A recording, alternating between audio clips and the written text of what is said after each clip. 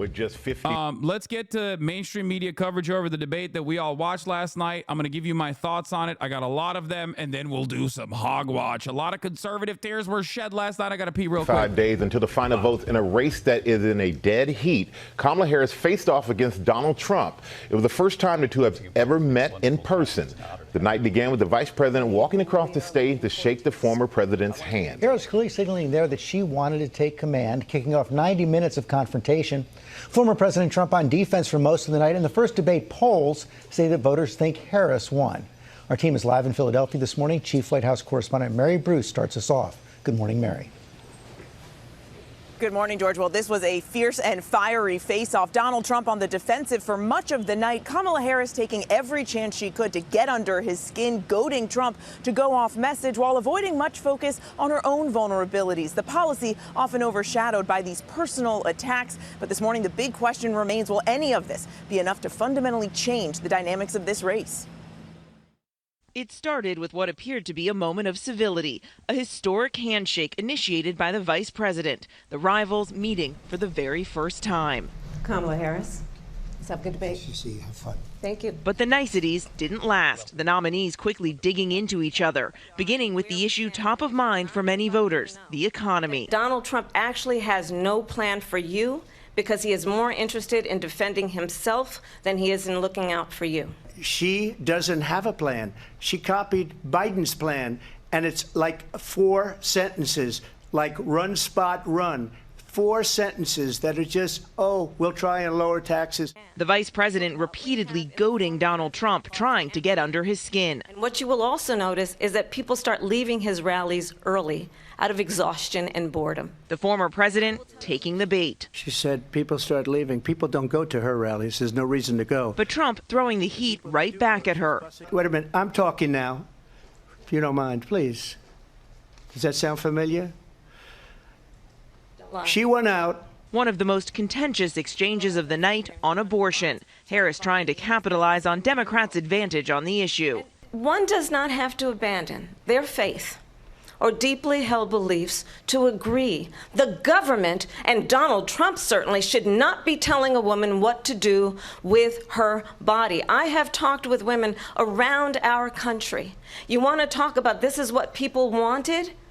Pregnant women who want to carry a pregnancy to term, suffering from a miscarriage, being denied care in an emergency room because the healthcare providers are afraid they might go to jail, and she's bleeding out in a car in the parking lot. She didn't want that. But she also dodged when asked if she would support any abortion restrictions. While Trump... Bro, that was like probably one of her peak on direct policy, on like direct attacks against Donald Trump. I mean, so much of last night. Holy fuck, dude.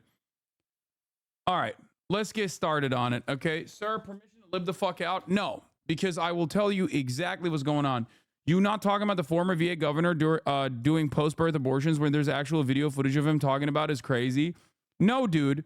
The reason why I'm not talking about a fucking doctor describing the gruesome fucking process of a stillbirth baby being carried to fucking a stillbirth baby being carried to term, and the gruesome nature in which like the medical process that has to take place in that circumstance is because I'm not entertaining your fucking mania. Okay? The fuck is wrong with you motherfuckers, dude? Oh, you not talking about the Haitian woman eating a cat is crazy? It's like, no, that wasn't a Haitian woman. That was just a random black woman, okay? During a mental health episode that you assumed was a Haitian woman. Do you see what's going on here? You just fucking think in your mind that things that are not happening, that are completely fucking illegal, are happening all the goddamn time. Okay? Yeah, but they try to place it as fake news. What do you mean? What are you talking about? You don't know what you're talking about. It is fucking fake news, dumbass. That's not a real thing. Neither Haitians are eating fucking cats, okay, and stealing people's pets, nor are they doing post-birth abortions, as in executions. It is illegal, okay? It is.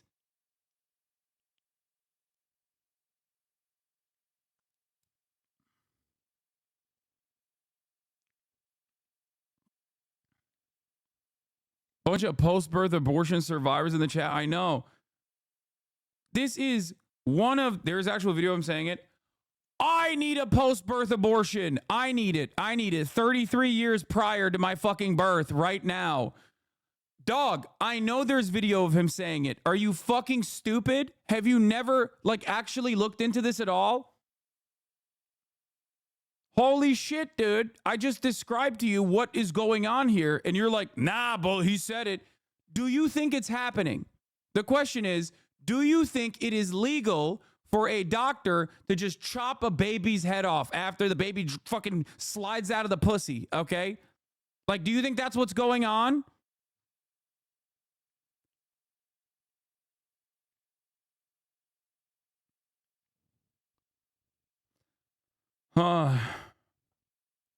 A post-birth abortion where the baby is alive is just a baby being placed on palliative care while it dies because of some horrific birth defect. These chatters need to fucking stop. I know.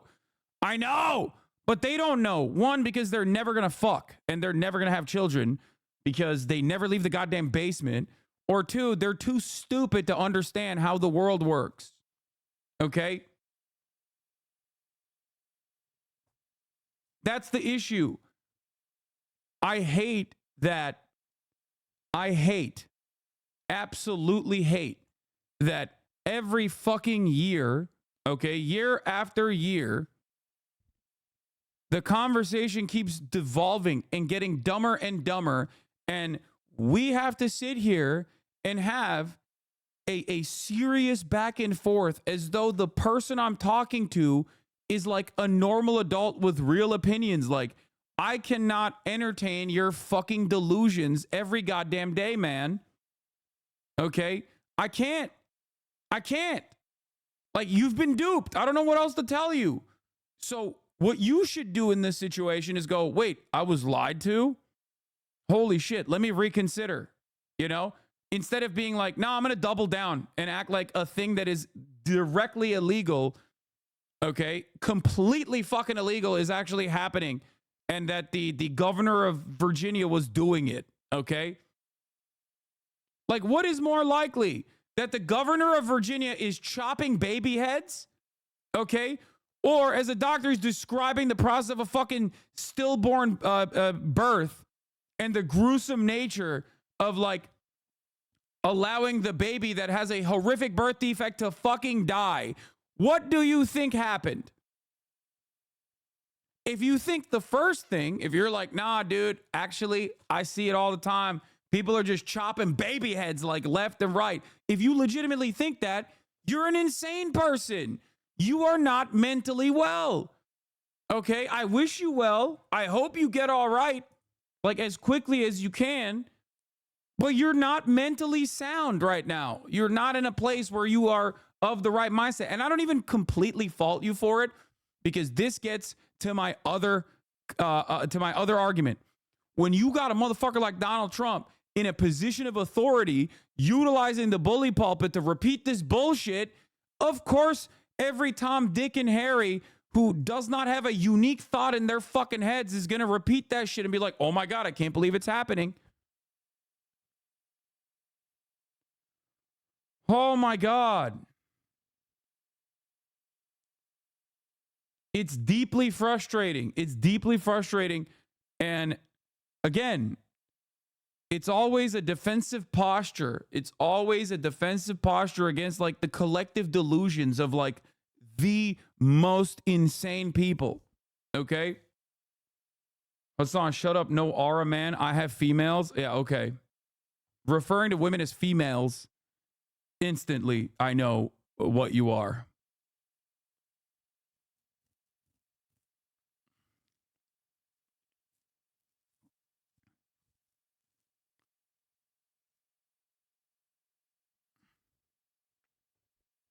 Post-birth abortion survivor here. 10 doctors told my mom she should get rid of me, but here I am, barely sentient, spreading the most brain-dead takes in chat. I'm pro-life, but voting for Kamala because Biden did NATO. Well, as opposed to your take, let me tell you, okay, as a post-birth abortion survivor, the doctors tried to chop my head off, but it was even tinier back then, so they couldn't even fucking figure it out. Guess what? I survived, bitch. I will be voting for Donald Trump for one reason and one reason only. My favorite politician, Viktor Orban, the beautiful leader of Hungary, keeps saying Donald Trump is awesome.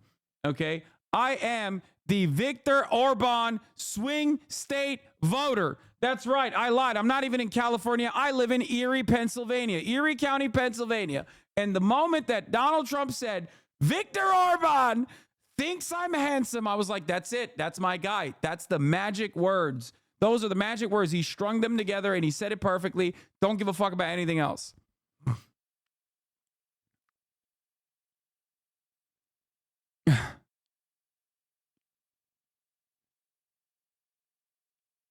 Dear Mr. Piker, how come when I show liberals in my family that progressive policies poll well, they just say, I don't think I agree with you? What do you mean? Because they're fucking blue MAGA. That's it. Yeah, the Viktor Orban difference, baby.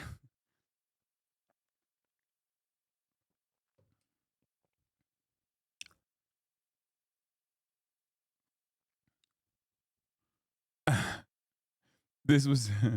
As a Swiftie who supports Viktor Orban, I guess you could say it's been a hard night.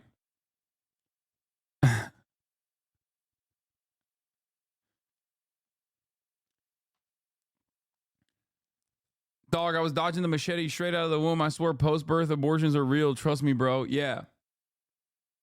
Hasan pre-watched the debate. What is this? The Russians build a pipeline going all over Europe and heading into Germany. The biggest Viktor pipeline Orban loves in the world. me. Look, Viktor Orban said it. He said the most respected, most feared person is Donald Trump.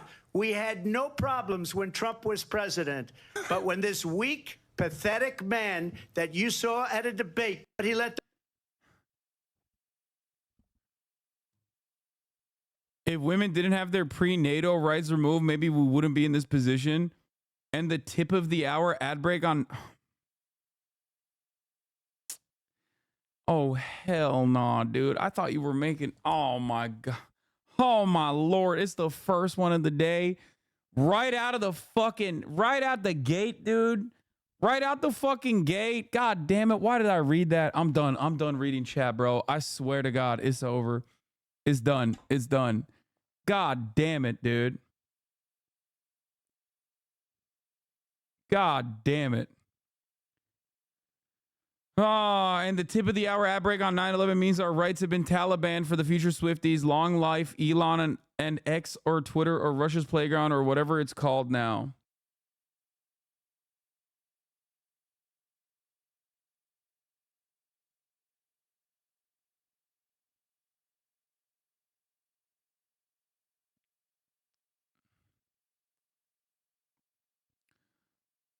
Holy shit.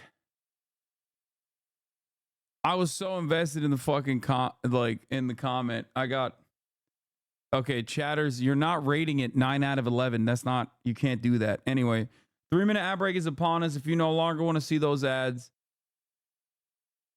all you need to do is subscribe for fucking $6. I think it's like $5 now because it's September. In spite of Brandonomics, or for free with a Twitch Prime. Okay. Here's the 3-minute ad break now. Long time sub here, but your competition on the debate got me questioning my loyalties. What is this? Hey, get rid of the democracy door. Getting out of here. Okay, let's get rid of this. No more door.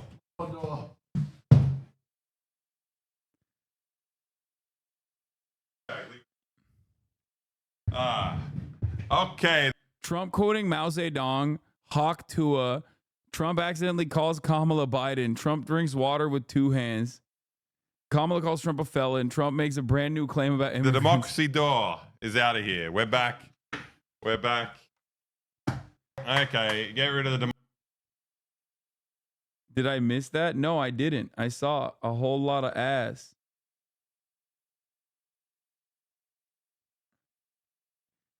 Respect. Another one of your moments yesterday got 47,000 likes. What the fuck? Springfield, in Springfield, they're eating the dogs. The people that came in, they're eating the cats. They're eating the pets of the people that live there. And this is what's happening in our country, and it's a shame. As far as rallies in Springfield, they're eating. It's just, it's fucking ridiculous, dude. It is so goddamn ridiculous. Oh, God. Oh, no, they're here. A General Services Administration spokesperson tells NPR that as of 11 a.m., there have been 306,000 visitors to vote.gov refer from Taylor Swift's URL she shared on Instagram last night. Holy moly. Dude, I'm like Trump doing the RFK slot and just like going after just having the most groiped up campaign that you can do when it obviously was a failure for Ron DeSantis shows me that he has lost his sauce, okay? He's lost it. A lot of people forget that like the most successful campaign he launched was in 2016. And he launched that shit because he presented himself as a moderate on a lot of social issues that like most normal people don't give a fuck about, okay? Including being pro-LGBTQ, okay? He was like anti-war, pro-LGBTQ. He was not like aggressively speaking about cutting entitlements and shit like that. He has just lost it, dude. He's got nothing. No NAFTA mentions, you know? No, like, remember how the Democrats ruined the Midwest? None of that shit. The best he could scrounge up together was, I have a concept of a plan. I will say this much. Donald Trump was probably going to have a boring performance overall and not a good one. But Kamala Harris's consistent baiting worked entirely too well. Okay? That is a man who has lost his fucking reasoning, okay? He is so goddamn narcissistic. It is his downfall. This is his own undoing, okay? He caused his own motherfucking downfall by just going nutty mode. Every time Kamala Harris brought some shit up, I was like, there's no way. I was like, there's not a single fucking, there's no reason for him to like invoke these things. There's no reason for him to even like repeat any of those things. And it was entirely too easy. Like shooting fish in a fucking barrel, dude. It was crazy how easy it was.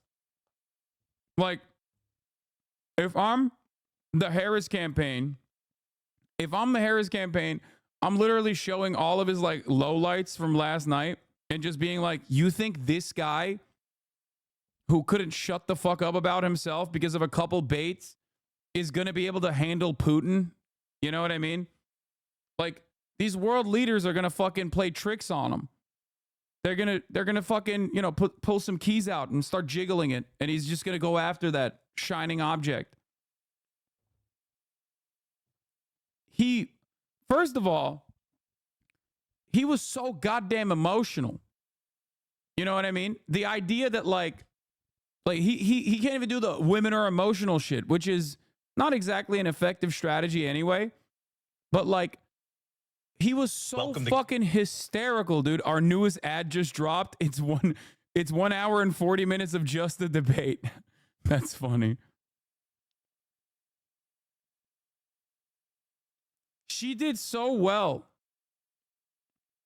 She did so fucking well that Republicans immediately started doing the conspiracies.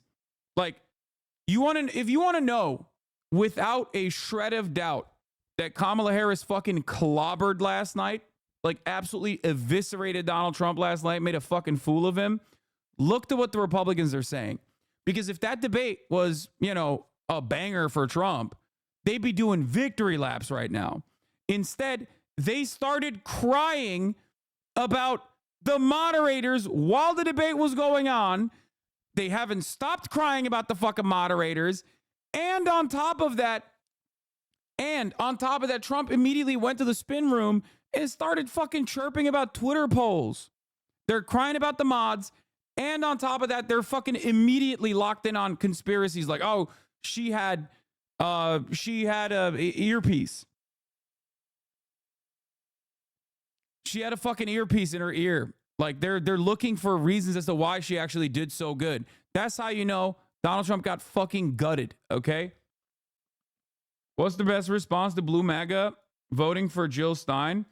Like, as in, if you're voting for Jill Stein and Blue MAGA gets mad at you, just be like, win my vote. What do you mean? I want to vote for the Democratic Party. Why is the Democratic Party not fucking looking to secure my vote? I'm so willing. I'm so able. That's it. Yeah. Before we get to the hogwatch shit, which by God we will get to, okay? We will get to it. Let's watch some of the fucking highlights and lowlights. Repeated false claims, prompting a fact check from moderator Lindsay Davis. There is no state in this country where it is legal to kill a baby after it's born. And he refused to rule out signing a national abortion ban. On immigration, Trump trying to pin previous chaos at the border on Harris. They're destroying the fabric of our country by what they've done. Harris laying into Trump for urging Republicans to kill the bipartisan border deal. But what we have in the former president is someone who would prefer to run on a problem instead of fixing a problem. And I'll tell you something, he's going to talk about immigration a lot tonight, even when it's not the subject that is being raised. Trump responding by repeating a false conspiracy theory. I will say this much. Kamala Harris's weakest moments in terms of like, the broadest snapshot of the conversation is disaster for Donald Trump. Kamala Harris outperformed my expectations and many other people's expectations. She outperformed her previous debates. She was on it, okay? She came in hot. She came in assertive. You could tell that she was a little nervous in the beginning. And as time went on, she and her attacks, her like light fucking jabs at Donald Trump ended up paying off massively. She got way more confident, okay? On the aesthetic front, she was great. She was fantastic, okay? So liberals, if you were looking for a fucking major W, you got it. Having said that, there were obviously weak moments as well, and I will get to that in a second. But overall, broad analysis of last night. I tweeted this. I tweeted this last night as well, okay? But if Kamala Harris's goal was to demonstrate competency, okay, and show the American broader electorate that she is here and she will be a normal leader, okay, something that Joe Biden definitely couldn't do anymore. She did that, okay?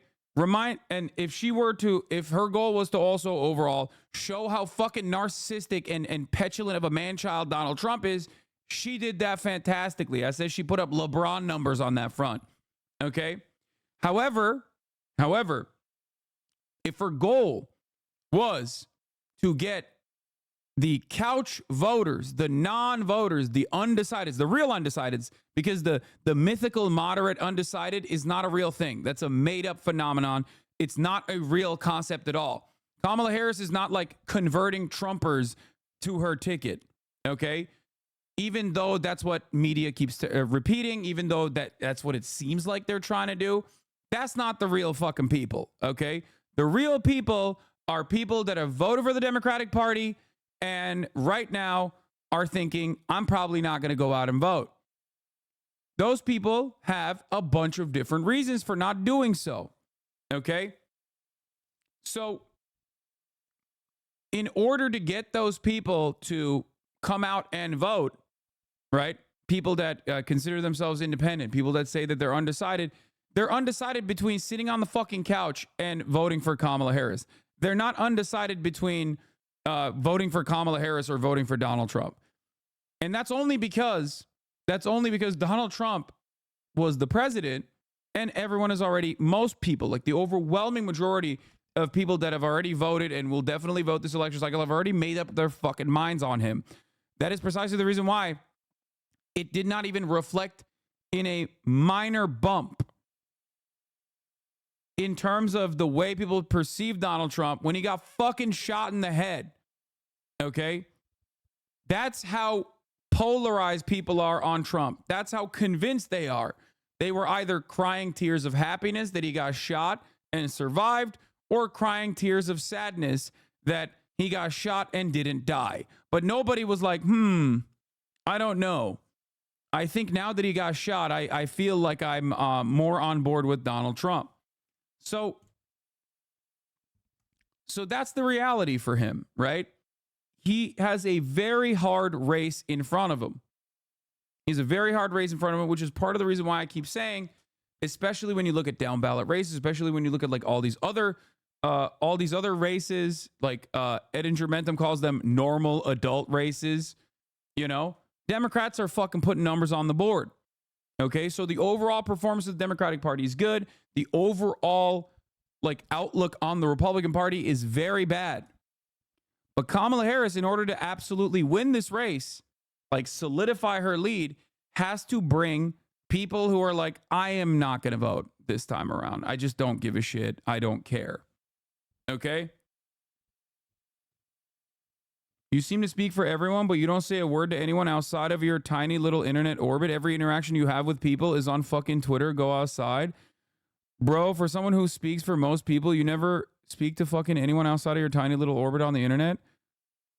All these people's opinions you're talking about is fucking Twitter.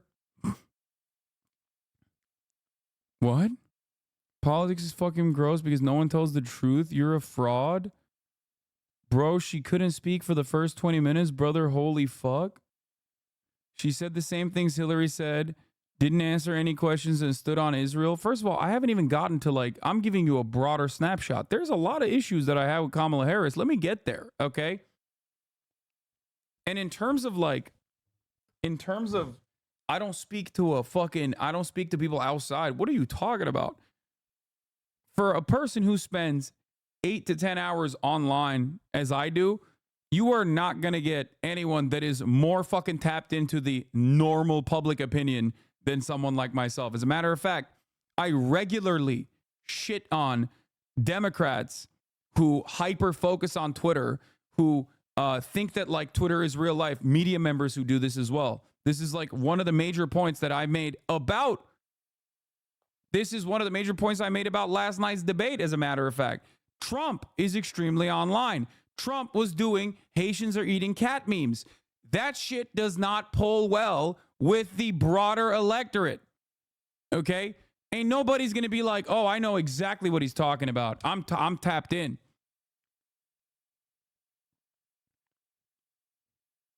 Okay? I know the internet is not normal public opinion. What the fuck are you talking about? Yes, they will know what he's talking about. That's the fucking issue.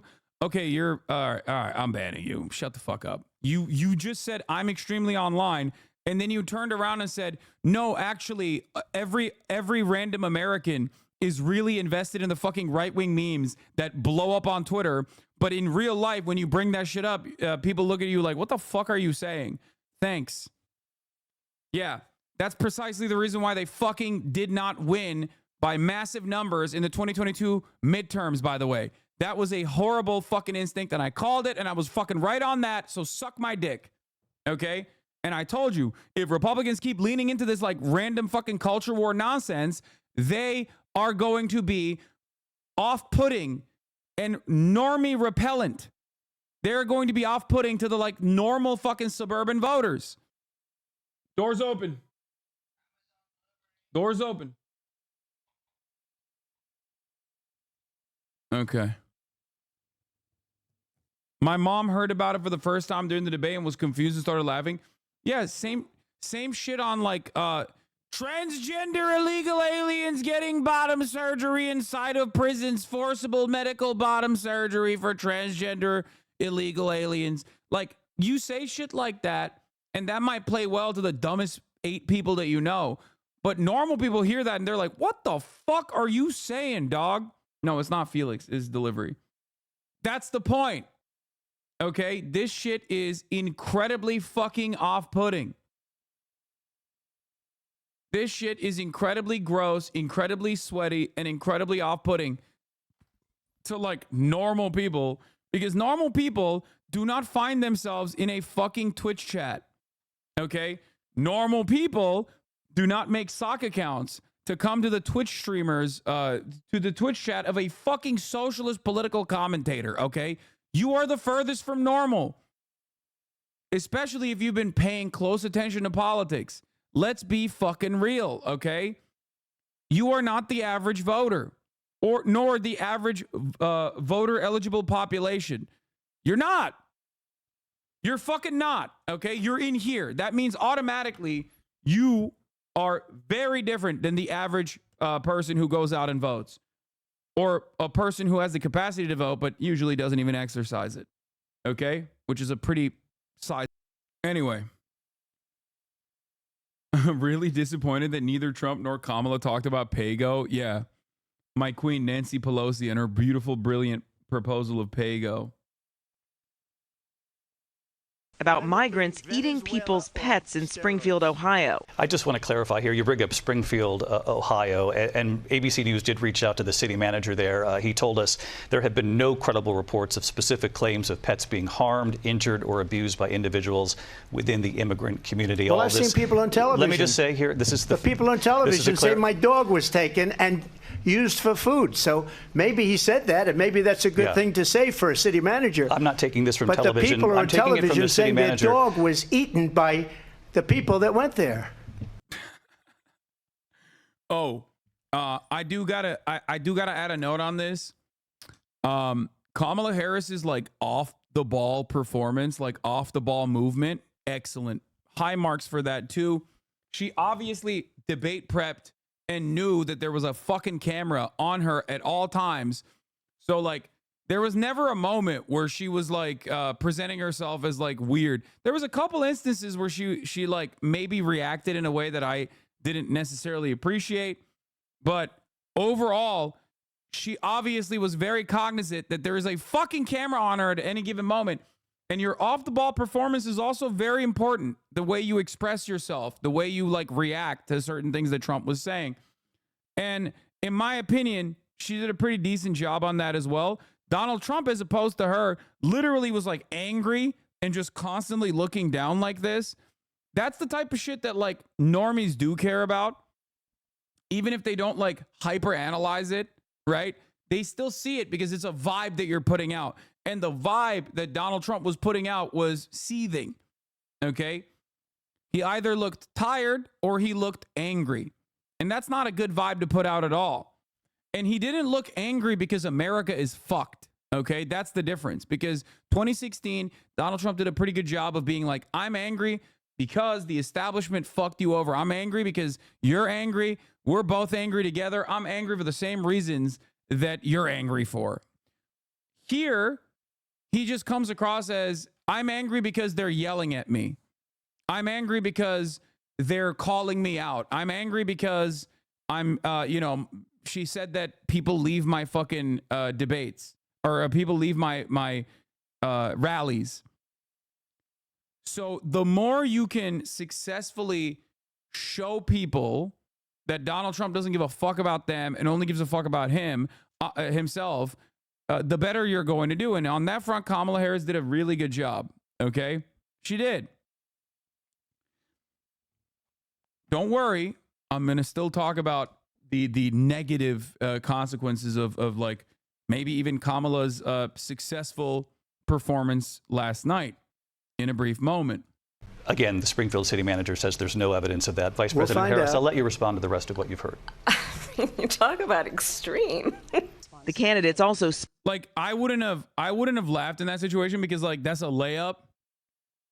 And also what he's saying is like crazy. Sure, you're deflating it, but I think that's a perfect opportunity for her to be like, see, this is what we mean when we say Republicans behave in a weird way, because that's like cutting, right? That cuts into Donald Trump. Like, this is what we mean when we say Trump is being weird. That's not a real story. That's not only is it not a real story, it's a very racist story. Like, you just made that up. These are some immigrants are what makes this nation great. We're a proud nation of immigrants. and I said this last night as well, like the way that she should have retorted on that front, even if she were to be as moderate as possible, is to basically fucking say, this is a completely made up story. Now, one must ask the question, why Donald Trump chose to go with this story that is completely made up. He wants you to hate your neighbors. That's why. He wants to divide this country. We are a nation of immigrants. My parents are first-generation immigrants. I'm Kamala Harris now, okay? Donald Trump's grandparents are immigrants. Every single person in this country, with the exception of Native Americans, can trace their origin back to someone who didn't used to live here. That's what makes this a strong country, and Donald Trump wants you to hate that. We talking about illegals, brother, not illegal. Yo, dog, the difference between an illegal immigrant and a legal immigrant is nothing. You know that, right? It's just paperwork. Like, just because you slap that sticker in front of it doesn't change the reality that these are just like normal human beings, you know, that are participating in the American economy in the same exact ways that your bitch ass is. Sparring on foreign policy. It is absolutely well known that these dictators and autocrats are rooting for you to be president again because they're so clear they can manipulate you with flattery and favors. The leaders of other countries think that they're weak and incompetent, and they are. They're grossly incompetent. And getting personal, Trump asked about his statements questioning Harris's racial identity. So I'm I asking, don't know. I mean, all I can say is I read where she was not black, that she put out, and I'll say that. And then I read that she was... Like, what a terrible, terrible fucking response. Like, just jumping on that fucking landmine. What an idiotic move from Trump. Okay? What the fuck? Biden puts on a MAGA hat? That's AI, dog. What are you talking about? Like, you can't tell that this is like fake? Like, immediately, this doesn't seem weird to you? Anyway, let's get back to the debate. So, in terms of the debate, I think that there are very real reasons as to why Kamala Harris should abso-fucking-lutely push back on the immigration stuff, even if it is not necessarily, even if it's not because like she wants to fucking win the election, but because this is genuinely going to cause harm down the line. Okay? We are moving towards straight up pogroms. Okay? But counter messaging on this front would also have electoral benefits for her. They need to stop being so scared. Okay? They need to stop being so scared. They see polls and they're like, oh, 60% of Americans want mass deportation. So I guess we can't speak on that. And it's like, no, you can. Because if you completely drop that conversation, then you're just leaving that for the Republicans to pick up. It is crazy how openly and annoyingly scientifically fascist the Republican Party has become. They already were, but like the greatest difference between like 2016 Trump and 2020 Trump versus Trump now is that in 2016, when he came down the fucking escalator, he was like, Mexicans are rapists, right? And drug dealers and murderers. But then he said, and some are very fine, some are fine people, I'm sure. He dropped the last part. He literally dropped it. From 2016 to 2024, now he's just like, nah, they're all rapists, dog. They're eating cats. They're coming up with new shit. Not only are they rapists and drug dealers and murderers, but they're also eating cats now. They're eating your fucking cats.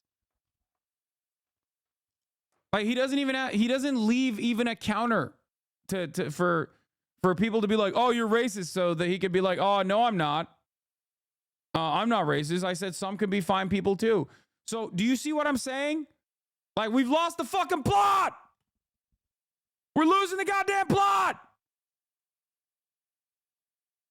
An environment where there's this much outward hostility to fucking migrants is going to be really damaging to American society in general, where people are going to start doing fucking pogroms. That's number one. And number two, beyond the fucking fabric of society unwinding, okay, it also, if you're like a bloodless sociopathic wonk, okay, or a fucking staffer in DC, understand that this is a massive opening for the Republican Party. You are giving them, you are ceding this territory to them. This is their issue, okay?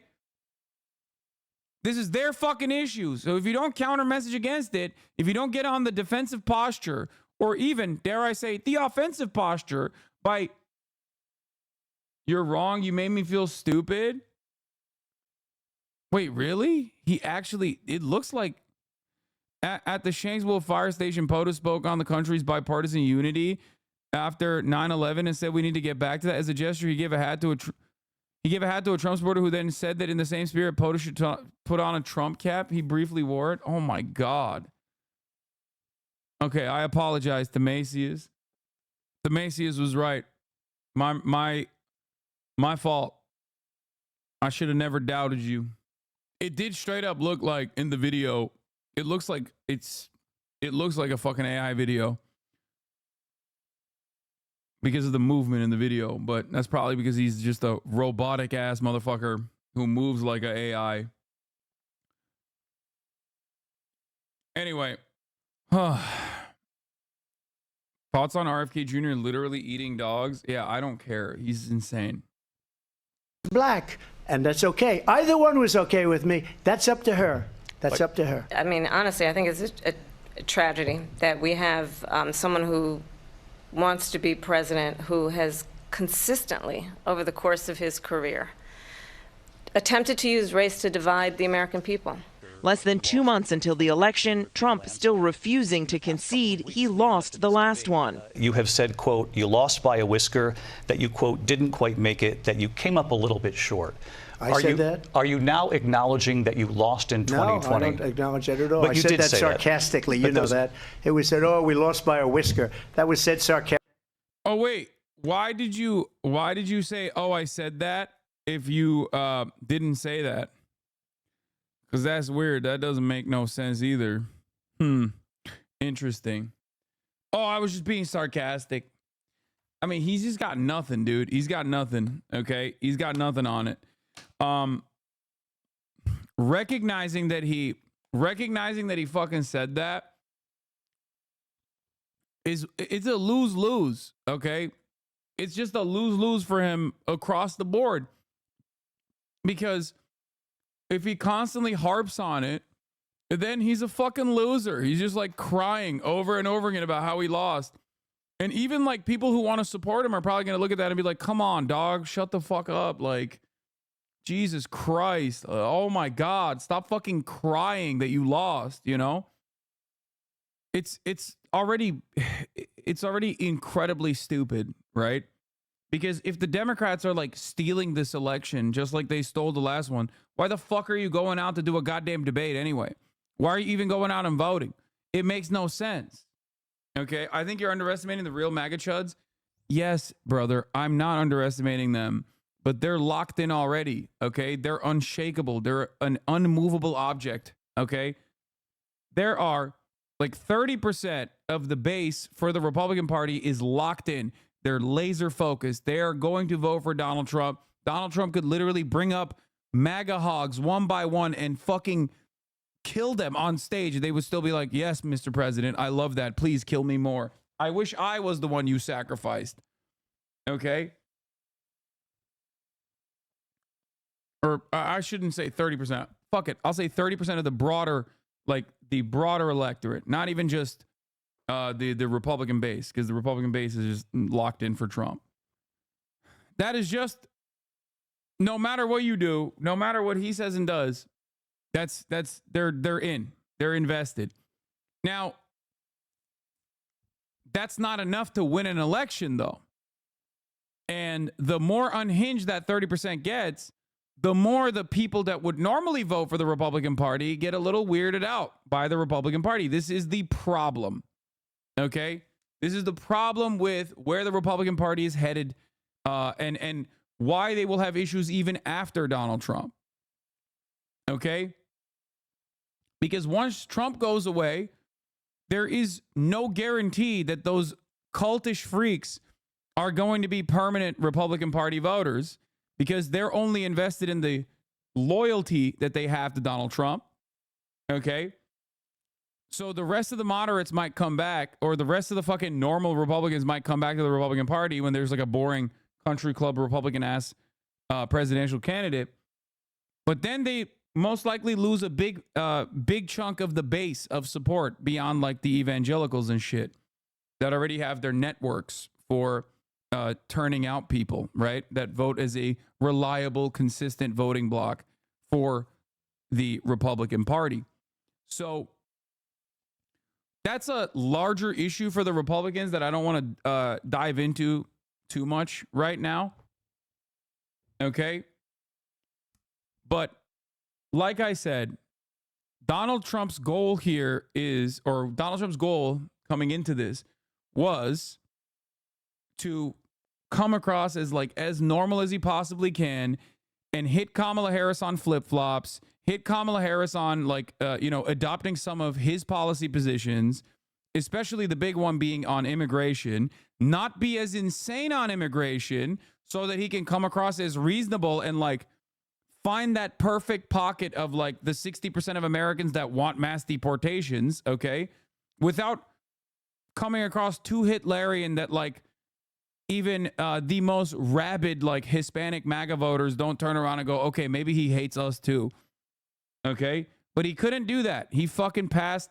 He failed the vibe check on that one, where he just came in hot and was like, Haitians are eating dogs. Like it's over. At that point, it's like you're like, even people who are invested in mass deportation are gonna look at that and be like, the fuck? Like if you go too far, you will even end up making people who are like-minded or people who want to be invested in this narrative feel uncomfortable about it. You can't be nerdy about your racism, something that I describe all the time, like with what Ron DeSantis used to do, and you can't be too crazy. There is a limit to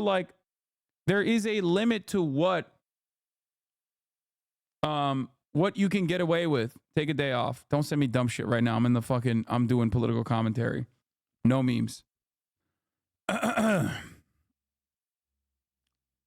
you do that thing where if you were a Republican strategist, what is the best course of action for them in this moment, you think? Dude, I don't know. There's no way of controlling Donald Trump.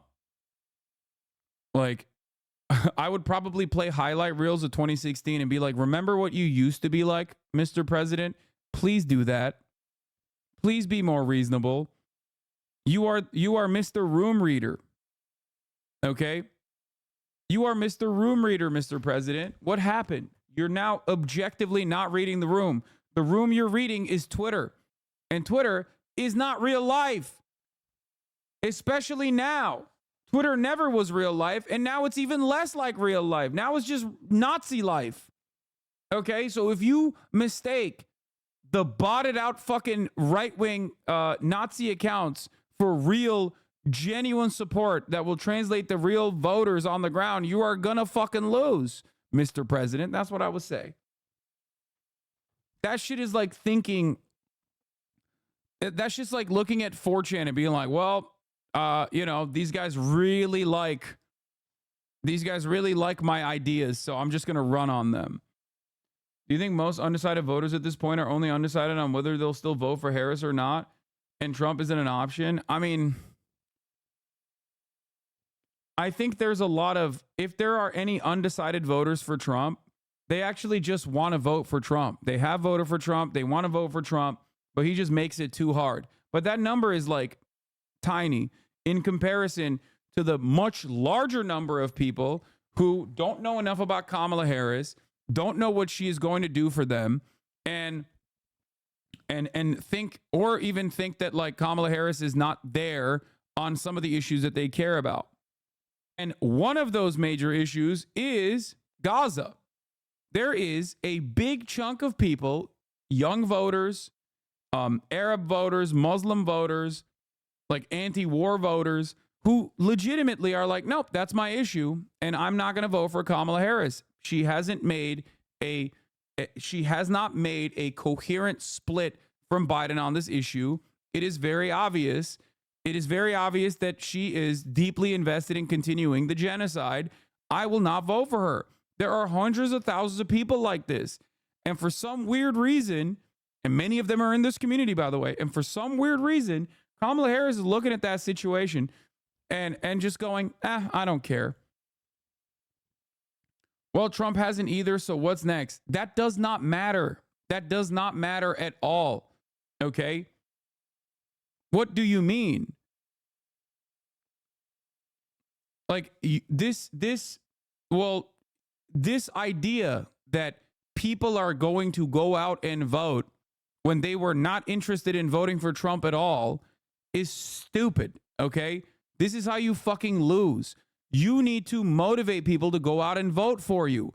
And for that to happen, you have to tell them what you're going to do for them.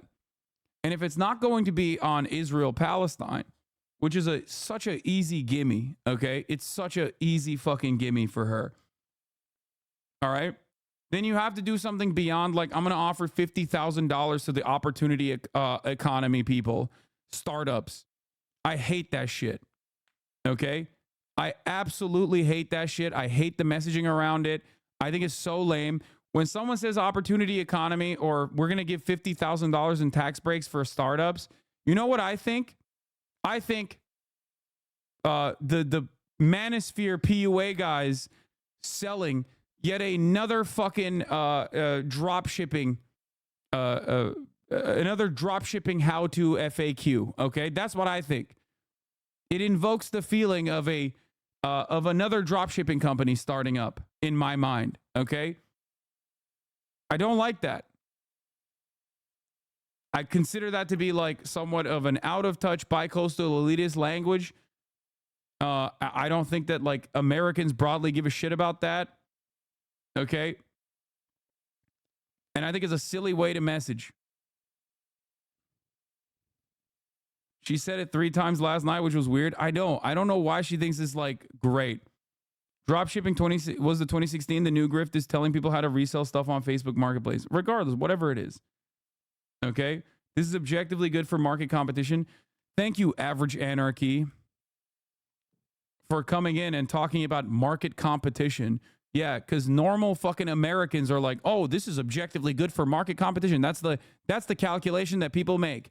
If you think that like a fucking bus driver, okay, is going around watching this debate, watching pieces of this debate and going, well, it seems like this is going to be objectively good for market competition. I'm definitely voting for Kamala Harris. You are the most delusional person on the fucking planet, okay? What the fuck? I don't think Gaza alone can swing the swing states, though, unless a broader conflict starts. No, it can't. But it would make Kamala Harris's chances significantly better. That's the point. And if the margins are close, then you absolutely have to not let any voters. You can't just leave voters out on the table. You know what I mean? The assumption that they're going to come and vote for you because they're too afraid of Donald Trump is a silly one. Okay, that's not how people vote. I keep repeating this over and over again. The dumbest guy you know still understands that, like, well, this person is not motivating me to go out and vote. It seems like, regular old bullshit. Why the fuck should I take time off from my day to go out and vote? They do not think about harm reduction like that, okay? No matter how much you repeat it. Now, this community will always repeat it because you are not the normal voter. You are nerds. You love politics. You follow it on the off season. Of course, you're very familiar with Kamala Harris. There's like 50% of the fucking broader electorate that doesn't know who she is. Think about that. Think about how much you know about Kamala Harris, regardless of the lack of information out there. Now think about the average person. The average person has no fucking clue. So if Kamala Harris is talking about like the Nikki Haley voting constituency after Nikki Haley has already fucking said that she is endorsing Donald Trump, if she's desperately going after those voters, why the fuck isn't she going after people who have already historically voted for the Democratic Party, but are now saying they don't want to, like young people? She's gotten a lot of gains in the youth vote overall, but there's still much more that she can go after, especially because she's not Joe Biden. Okay? Joe Biden could have made this calculation of college-educated white voters going for him as opposed to Donald Trump. But she needs to be going after an Obama 2008 constituency. She needs to be going after an Obama 2008 coalition, not a Joe Biden 2020 coalition. But the policies that she's presenting so far are actually not really all that interesting for the Obama 2008 coalition and more interesting for the Joe Biden 2020 coalition. Okay? This is, in my opinion, a mistake. Having said that, however, in spite of the flubs like leaving a lot of the immigrant conversation out there for Donald Trump to message on, which he ends up flubbing on regardless because he's just far too insane on it. She still presented herself very well. She outperformed expectations. She destroyed Donald Trump. She just kept fucking needling at him and he just fell apart. So obviously it was still good. So if you're a liberal and you're like really worried about Trump winning or whatever, don't worry. Okay. This was great for her. Polls already show that she's like, you know, doing better than Donald Trump to begin with. Okay. Not good enough in my opinion, but better. And now you got the Taylor Swift boost as well. We'll see how that looks like. But I do worry voters that she's leaving out there. Sarcastically. Look, there's so much proof. All you have to do is look at it. And they should have sent it back to the legislatures for approval. The reality, there is no evidence of widespread voter fraud, and President Biden won the 2020 contest. Harris using the moment to call Trump unqualified. Donald Trump was fired by 81 million people. So let's be clear about that. And clearly he is having a very difficult time processing that. But we cannot afford to have a president of the United States who attempts, as he did in the past, to upend the will of the voters in a free and fair election. And when you then talk in this way in a presidential debate and deny what over and over again are court cases you have lost because you did in fact lose that election, it leads one to believe that perhaps we do not have in the candidate to my right the temperament or the ability to not be confused about fact. That's deeply troubling. Simple as she is taking unnecessary risks in an election where she can't. Yes. Thank you. That's precisely. Did he say she pussed out last night, or did I imagine that? I don't think he said that. And the American people deserve better. In their closing statements, Harris vowing to help take the country forward.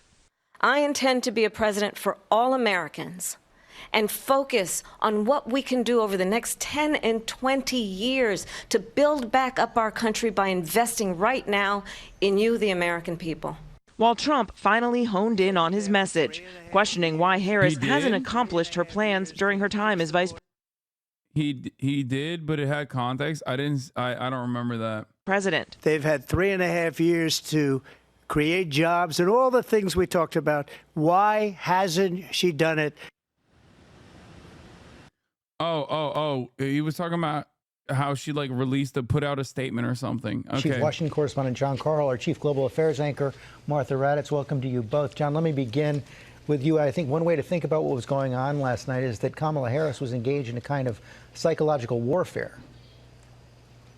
Yeah, and it began right from the moment the debate started, even before it started, when they walked onto the stage and Kamala Harris walked over to Donald Trump, going to his side of the stage for a handshake that Donald Trump did not expect and seemed like he didn't want. He started out the debate relatively calm, at least for a couple of minutes, but as the debate wore on. Dude, the pivotal moment in last night's debate was when Kamala Harris said, "People leave your rallies." Okay? He was already like pissed off from the jump. But the moment that she said, people get bored of the same old bullshit at your rallies and they leave by the end of it, something changed in his mind. Like so he just reset. Like he literally, from that point on, he just could not be normal at all. He fucking snapped. And it was downhill from that moment. Okay. From that moment on, he was just losing it. And she kept needling him. She kept needling him while also packaging it in a, I would say, a very expert way. She needled him in a way that he would eat the bait every single time. But she also wouldn't just do it like by directly needling him. She would also package that with like actual like issues that Trump has. And it was just terrible. It was terrible for him. He became increasingly rattled and angry, yelling a lot of his answers as Kamala Harris tried to provoke. Do you think she did it on purpose? Absolutely. Abso-fucking-lutely, dude. Him tried to get inside his head, hitting some key touch points, ridiculing his crowd size, talking about how he is saying he is mocked by people around the world, talking about the long litany of former senior Trump officials, people that Donald Trump hired who now say that he is unfit for office. And Trump clearly was upset. He took the bait over and over again, was unable to really take the argument to Kamala Harris. Now, this morning, George, Donald Trump is saying this is his best debate ever, his great. Yeah, I mean, he's just like delusional, right? This is completely delusional in a way that like, it's completely delusional in a way that actually cuts against like what people could see with their eyes. Like, even if you are a cultish MAGA loyalist, you probably still saw him not in the best light. There were people last night who were like, I'm a fucking MAGA supporter. I still think he's going to win, but he did a terrible job last night. Because he did. Like, he couldn't get any of his good points across. He had 3 major strong suits, okay? 3 major positions where he is objectively polling better than Joseph Robinette Biden and Kamala Harris. Okay? 3 points. This is very important. As opposed to 2 points that Kamala Harris is better, outperforming. 2 important points that Kamala Harris is outperforming Trump on. For Kamala Harris, it's simple. Abortion. Like an insane. It's just like not even a question, right? Abortion is the number one thing for the Democrats, right? It's the number one point that they have. And Joe Biden historically was doing terrible on that front in terms of communicating because he's fucking Catholic and he's old and he doesn't really like abortion anyway. And Kamala Harris, both being a woman and also, you know, having that like personal connection to this insane situation that we found ourselves in, did a really good job presenting exactly what the problem is with Trump's restrictive policies that he had to fucking take ownership over. Okay? The second point that she's good on is demonstrating competence and showcasing that he's narcissistic. That one, and also you can tie that to like democracy, preserving democracy, which was a big point for the Democrats in general. But the 3 key points that Donald Trump outperforms the Democrats on consistently are much more important, with the exception of abortion. Okay.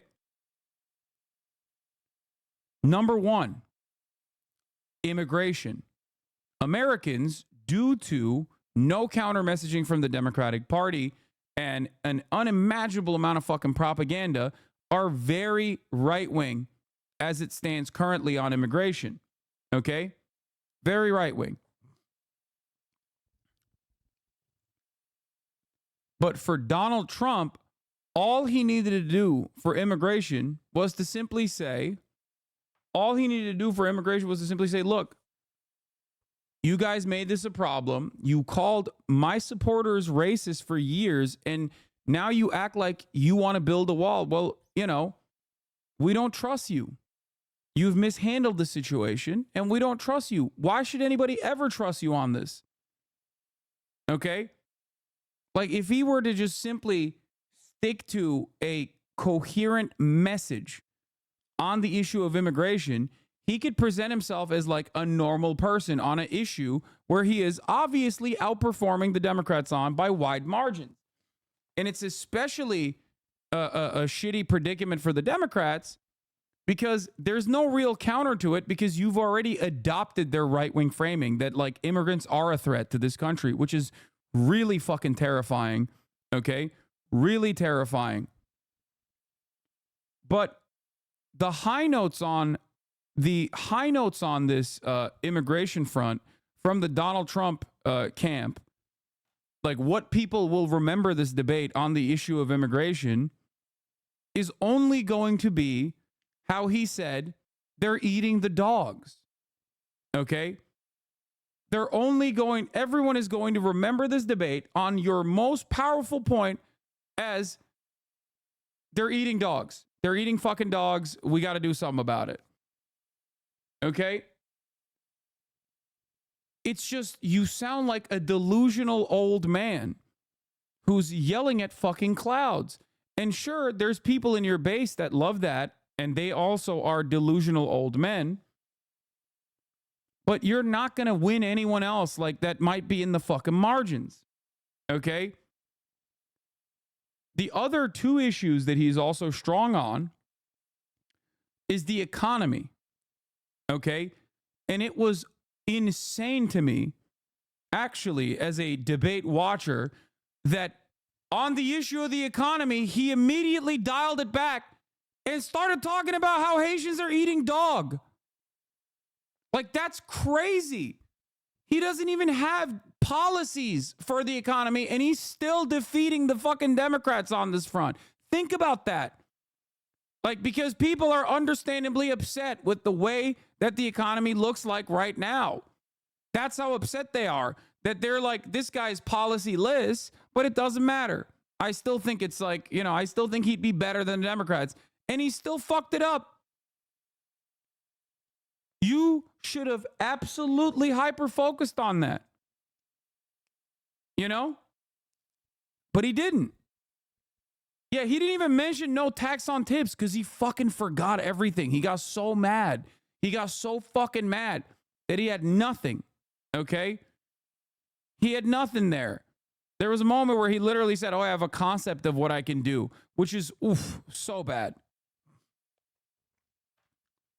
And last but not least, Donald Trump outperforms Democrats on wars, okay? Especially Israel-Palestine. Part of that is because he doesn't, like, part of that is because he's not the president, okay?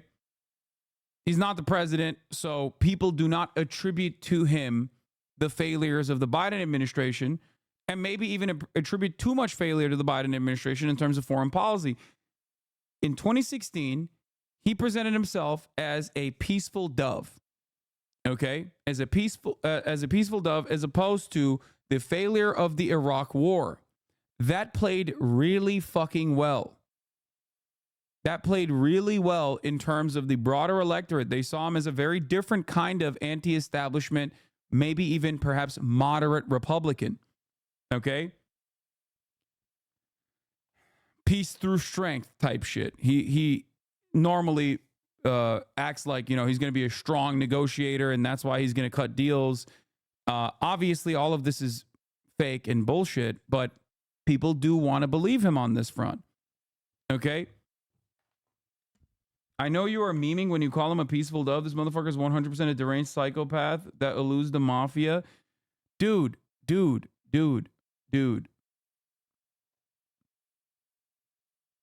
I'm not saying that Donald Trump is actually a peaceful dove. Do you not understand the words that are coming out of my mouth? I'm saying that he used to present himself as that, and people responded positively to that. Okay?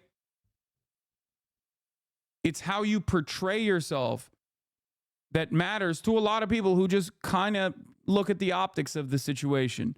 And the optics of the situation on 3 of his major fucking strong suits was Garbo. Okay? And then beyond that, he also fucking flubbed the abortion one that was going to be the strongest part for Kamala Harris and was going to be very difficult for him to climb out of. He kept repeating this like idiotic notion that like everyone actually wanted Roe v. Wade to be repealed. Okay? Which is utterly ridiculous. And then he even turned around and said, in places like Kentucky and Ohio, people voted more progressively on abortion, demonstrating that even in those fucking states where people should have been demanding this overturning of Roe v. Wade, they still want to carry Roe v. Wade. They want to protect it. He absolutely fucked up on that front too. My aunt literally told me that she's voting for Trump because he keeps money within the U.S. instead of starting war abroad. My auntie's a self-described Democrat in New Jersey. That's what I'm saying, though. Like people hear that and they remember that, and they all if you're not paying close attention to what the fuck's going on, and many people don't, okay, then you're gonna be oblivious to the reality that at the top of the hour there's a 3-minute ad break. But you shouldn't be. You should know that it's 1 p.m. Pacific time and that there's a 3-minute ad break coming right now.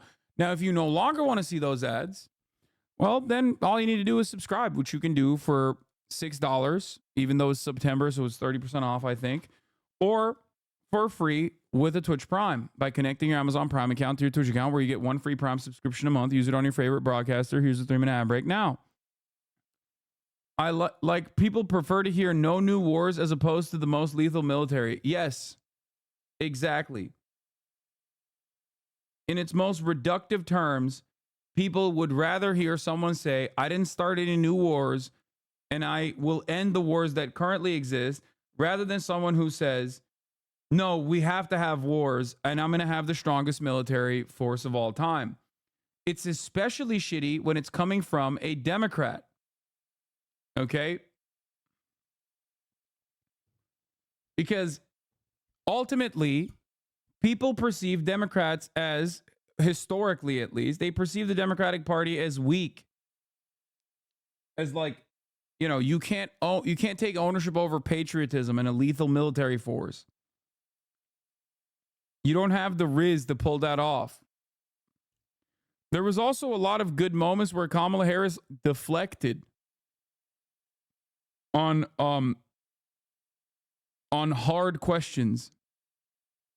Deflected by basically needling Trump again and then forcing Trump to be on the defense. Okay? Let's continue. Greatest debate ever, but there are several indications that not even Donald Trump thinks that is remotely true.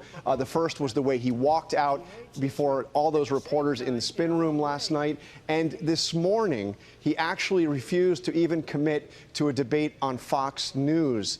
He doesn't seem to want to get on the stage again with Kamala Harris. Okay, and Martha, there honestly don't understand why you guys think having a lethal military is a bad thing. I don't know, man. Why do you think we call it the fucking Department of Defense and not the War Department any longer? Like, even on the optics front, we try to fucking act like the military doesn't kill, okay? Reminding people that that's what the military does, when that is definitely what the military does, simply means that you're just going to be more violent than the previous fucking administration on this issue. And Americans, by and large, personally want to think that, like, we are a force of good, okay? We are a force of good. When you say we're lethal, that automatically reminds people that we are a force of evil.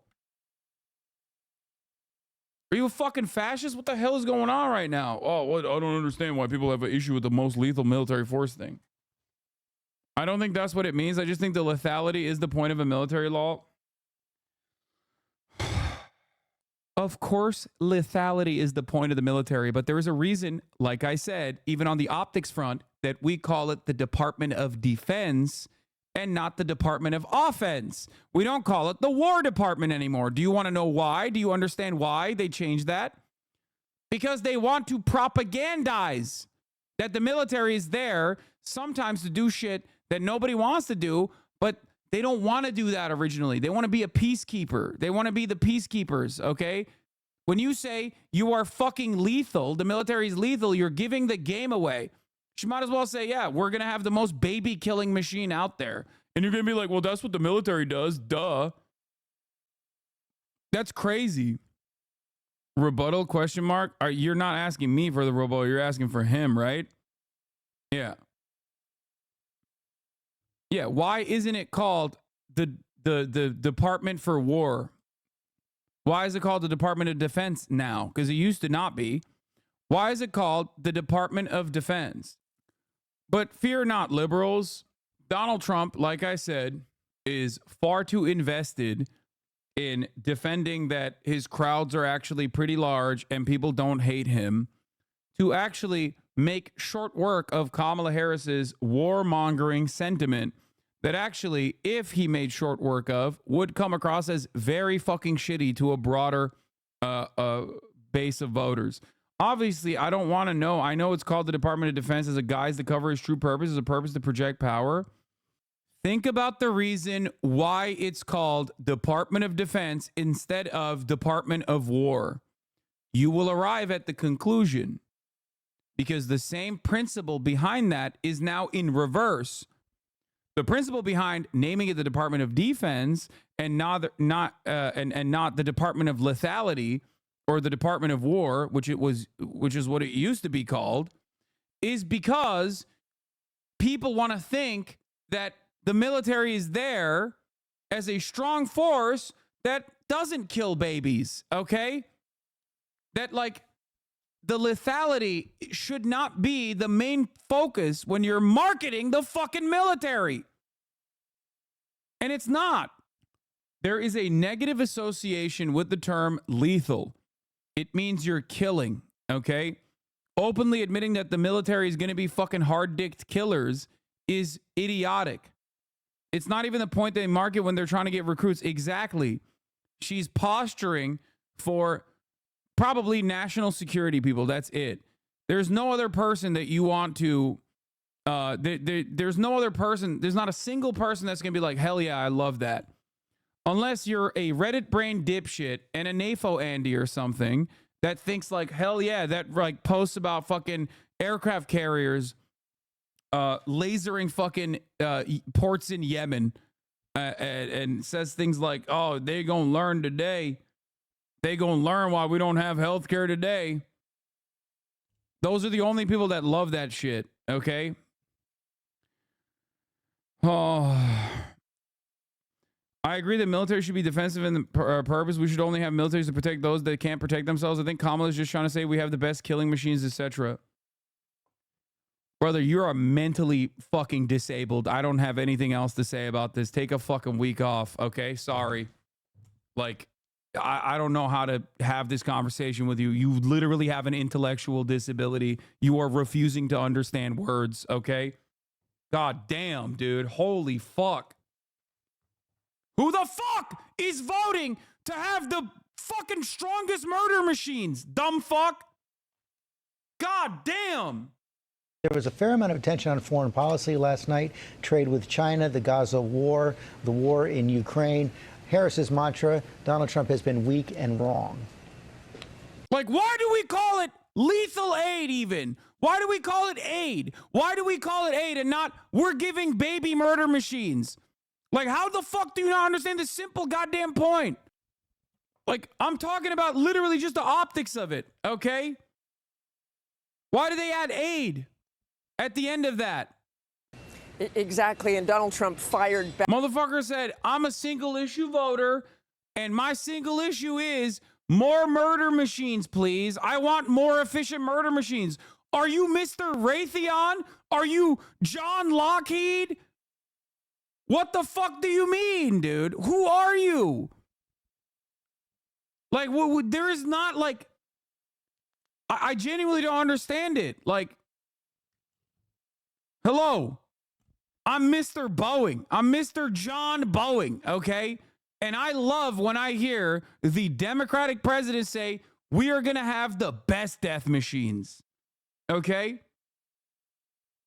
back, of course, saying that the war in Ukraine would not have happened. Vladimir Putin would not have gone in if he were president. He says the same thing about Israel, offered absolutely no evidence. And in fact, at one point, David Muir saying directly to him, do you want Ukraine to win this war?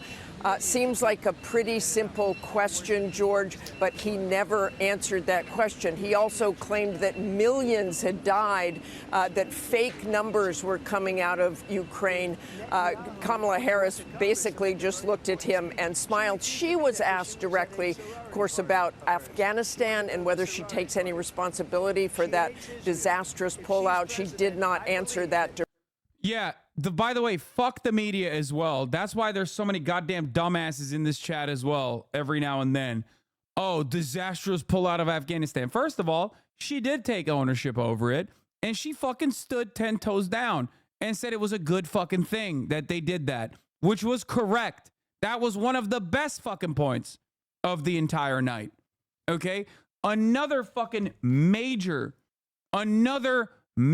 flub from the Democratic Party for not regularly defending one of the most defensible positions of the Biden administration. Okay? Being a pundit seems like being the most annoying reply guy on Twitter about everything. Being a chatter is like that too sometimes. 4 presidents said they'd do it. We did. Exactly. Directly, Respect. she threw that back at Donald Dumb Trump. question. Why was it good? I mean, here, numbers on the board. 67 fucking military, 67 active duty service members were killed in Afghanistan in the 4 years that Trump was president. 13 were killed under Joe Biden during the withdrawal. Okay? There you go. Turns out no extra fucking people die when you actually pull your units out of a never-ending active war zone. A thing that Donald Trump also recognized, by the way. He was like, they're sniping our people. They're sniping our soldiers. So I had to make a deal with the Taliban. Remember when he said that? The counter to that is so simple. You just go, hey, remember how you recognized that the Taliban was sniping our soldiers? Perhaps that's the reason why 67 of them died, but nobody's talking about that. Whereas not a single death of a veteran is acceptable. Having said that, however, you had, whatever. What would the math look like? 67 and 13? What is that like? You had almost 6 times more fucking soldiers die when you were in office. I'd say that's objectively, if 5 times those soldiers die, I would say objectively that is a success, that you were trying to present as a fucking failure because you were too cowardly to actually continue with this troop withdrawal. About the fact that he was the one who wanted to pull out of Afghanistan and had a specific date to do that, George. Martha Raddatz, John Carl, thanks very much. Nicole Killian watched the debate last night at Penn Tap Room in Doylestown, Pennsylvania, alongside voters with a wide range of views. Nicole, good morning. What did they tell you? Hey, good morning to you, Nate. We are in the heart of Bucks County, which is a competitive swing county here in Pennsylvania. The voters we talked to said that they didn't necessarily see eye to eye on this debate, but they did agree on a few things. For instance, they appreciated that former President Trump and Vice President Harris shook hands before the debate. They also felt that the candidates should have spoken more about policy and gone less on the attack. And one issue that was top of mind for all of them, immigration. We need to do something with the border. It needs to be closed. I am a business owner, and this is something that I, struggle with continuously, and I have been struggling with. I agree that we need strong border controls. I don't believe that we can deport everybody in the country. It isn't physically possible, and our economy would collapse if we did. Did it surprise any of you that this conspiracy theory about Haitian migrants and cats came up during this part of the debate? And what was your... In Bucks County, Pennsylvania, too. I'm a business owner in Bucks County, Pennsylvania, and we got to get these migrants out. What the fuck are they doing? What have they done to your business, dumbass? Reaction to that? Yes, even Donald Trump, I did not think was going to go there. I was initially had that same reaction. I was like, what was he doing? I was shocked. I said to myself, what is he doing? Remember how you kept saying, oh, I love Trump many times in your streams, but now you criticize him? Okay, the collective IQ of this community, when all the normies come back to fucking watch, drops dramatically. I know I said originally that I want hogs in here, and it makes me happy. I'm reconsidering that. I'm reconsidering that position. Okay, maybe it wasn't the best thing. You know, you don't know what you got till it's gone. So it took me back to when COVID came, and he was calling it the China virus. Wait, hold on. That was that same reaction. I was like, what was he doing? I was shocked. I said to myself, what is he doing? So it took me back to when COVID came, and he was calling it the China virus. We also talked about some of the exchanges over reproductive rights. Take a listen. I think that Kamala stood her ground on her position. I think that she's always been more pro-choice. He kind of avoided it. He didn't want to touch the subject. Are you concerned about an abortion ban? In that aspect, I am. I do believe in a woman's right to choose in certain circumstances. She tried to emphasize that it's the voters' rights to put like abortion protections and make it a state referendum. He tried his best to try and give a non-answer or deflect it, but because that's really all he could do at that point. Most of the group was split between Harris and Trump voters who told me that the debate mostly reinforced their views about the candidates. But one voter was undecided. He said after the debate he is considering Harris, although he's not completely sold. I've been getting slightly irritated with actually the both of them, especially with people like me as a veteran and as somebody that's kind of on the fence for either or. They're not making it easy to choose somebody that I feel as though is actually right. They're not giving any solutions to any of the problems. And from there, it just seems like it's more entertainment than it is actually debating on problems. I mean, that was like one of the... No, I look, we say undecided voters are dumb, but like that was the one fucking coherent person. He's not wrong. He literally is right. He's like, neither of them are addressing anything meaningful. And it's correct. If like on the issue of abortion, obviously Donald Trump did a horrible job. Kamala Harris did a great job. You know what her positions are on that. You know what his positions are on that. Okay. But he's like, as a veteran, I'm looking at some of these problems that I'm experiencing, and neither one is like what do you say to that guy? Do you say, excuse me, sir, have you not considered that this is the opportunity economy and startups are going to get fucking $50,000 in tax breaks? Like, do you think that that's a valid position? Think about it. Okay. Think about it. Is that the actual thing that you're going to get this guy on? Why don't you start a small business, sweetie? What the fuck is wrong with you? It's the opportunity economy. Go ahead. Tell him that. No, that motherfucker probably has issues with healthcare, bro. Just like you do. Think about the problems that you experience, okay? Think about the problems that you experience on a day-to-day basis. Wouldn't it be nice to hear from a fucking politician in terms of like addressing those problems? Rent's out of control. They say we're going to do fucking we're going to go after landlords, corporate landlords that are price fixing. They say that. Kamala Harris says that. Didn't say it at the debate. She couldn't even get herself to say Donald Trump is a fucking landlord. You know? That's the type of shit that would be very meaningful for a lot of people, for a lot of voters. There are people here in the suburban safe community that bring up migrant crime during HOA meetings, and I want to throw chairs at them. These borders are an issue. Median voters are everywhere, and it's maddening. They're so stupid and overwhelmingly white/privileged. Yeah, part of the problem is because there's no counter messaging on this front. Just like with crime, it is a panic narrative. It is collective hysteria. It is collective delusion. Okay? The numbers do not match up. Like the reality and the empirical evidence does not match up with their hysterical opinions. And the reason why they have this hysterical opinion is because the Republicans have fucking run the table on this issue and they keep pumping it over and over again. I don't want to wait for another Trump presidency for the media to remember how fucking cruel and unusual the Trump administration was in terms of like its treatment of migrants, okay? Dragnet operations from ICE, child separation at the border as a deterrence mechanism. These were things that were objectively cruel, okay? And people hated it. People hated it so much. Why is the question you must be asking yourself. Why did they hate it? Because it was, one, insane, incredibly violent, and two, the Democrats were campaigning on it over and over again, and the media was covering it relentlessly.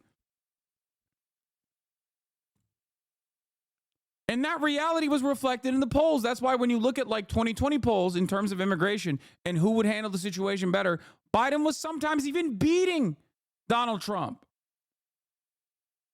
I don't want to have another abortion style situation where the Democrats don't fucking act for years and years, and then the Republicans come back into power and they do Hitlerian policy only to have the Democrats use said Hitlerian policies to their advantage to fucking fundraise and win another election and then not do anything about it. Okay? That's the problem. And that's precisely what the Democrats did with abortion. They waited and waited, and the Republicans kept fucking needling on the issue of abortion. They used the fucking Supreme Court of the United States to take away that right, and the Democrats fundraised off of it. What good is that?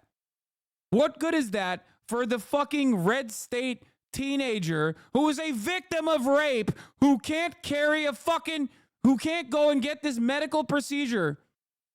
What good is that for that person? She's just a talking point. It's disgusting. And I fear that we are bouldering towards this fucking idiotic situation, this unimaginably cruel situation where the Republicans are going to win and then they're going to do concentration camps. And then we're going to be like, oh man, this is really bad. Abolish ICE, please. Abolish ICE.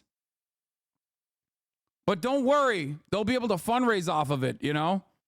And maybe win the fucking election 8 years after we did concentration camps. Oh. All of the voters said that they wanted to hear about other topics that didn't come up last night, like how the candidates may support veterans and also what they would do to bring down the national debt. So they all believe that there should be another debate. Whether or not they get one remains to be seen. Tony. Well, there was a lot of personality last night, that's for sure, and we'll see about it. Anyway. Former President Trump went on Fox News to lick his wounds and fucking complain about, what is this? Who had the better tax plan for the average American? Is better for the average American family, Trump or Harris? We're going to actually run the numbers and find out. We're going to use census data to build the average American family, and then we're going to apply each tax code to that family and see who they're going to do better with. Talking points are one thing, but data is another. So let's use the data we have and actually just do the math. Okay, first let's establish how much this family makes. Okay, I don't want to watch this.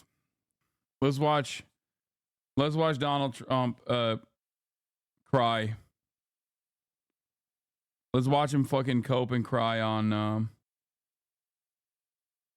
Fox News. President Donald Trump and Vice President Kamala Harris squaring off on the debate stage last night, meeting face to face for the very first time. It was a heated debate. Less than 2 months until Election Day. Joining us right now on the phone to react after that very busy night, the 45th President of the United States, to the GOP presidential nominee, Donald Trump. Mr. President, how do you feel about the night? 105 minutes long. You've done this before. I think your 8th one. What is your review of your performance? Well, I looked at the poll numbers. I listened to Harold Ford. I don't know what he was watching because I think he wasn't watching the debate that I was in yesterday. I think we did great. It was 3-1. It was a rigged deal, as I assumed it would be, because when you looked at the fact that they were correcting everything and not correcting with her, And we knew it when it was 100% good coverage for her over the last month or last year. I looked at it, and only bad coverage of me, no matter what. The press is so dishonest in this country, it's amazing. Now, I didn't mind because, frankly, I was pretty sure that's what they would do. CNN was much more honorable. The debate we had with Biden was a much more honorably run debate, but this was incredible. I mean, everything, so many things I said were debunked, totally debunked, like Charlottesville, I have a list of 7 different things, and she could say anything she wanted, everything. Every time I spoke, and my stuff was right, they'd correct you. I thought it was terrible from the standpoint of ABC. They're the most dishonest, in my opinion.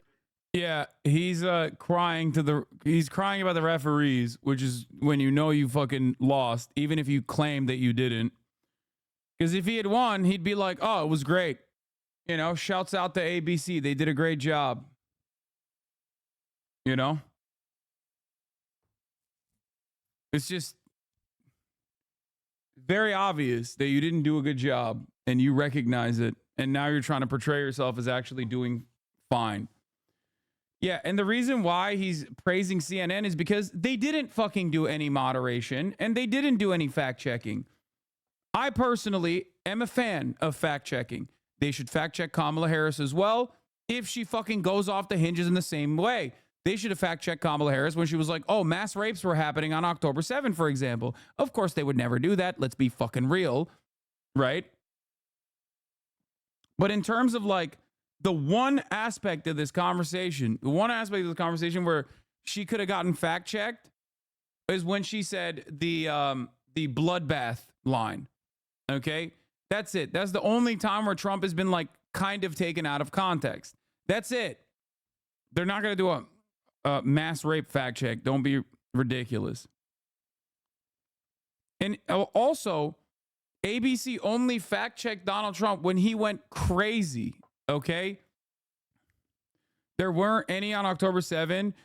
As it stands, this does not meet the fucking standard of genuine reporting. Investigations have been conducted. There is one primary witness, and that wasn't even on October 7. There's one primary witness that is a victim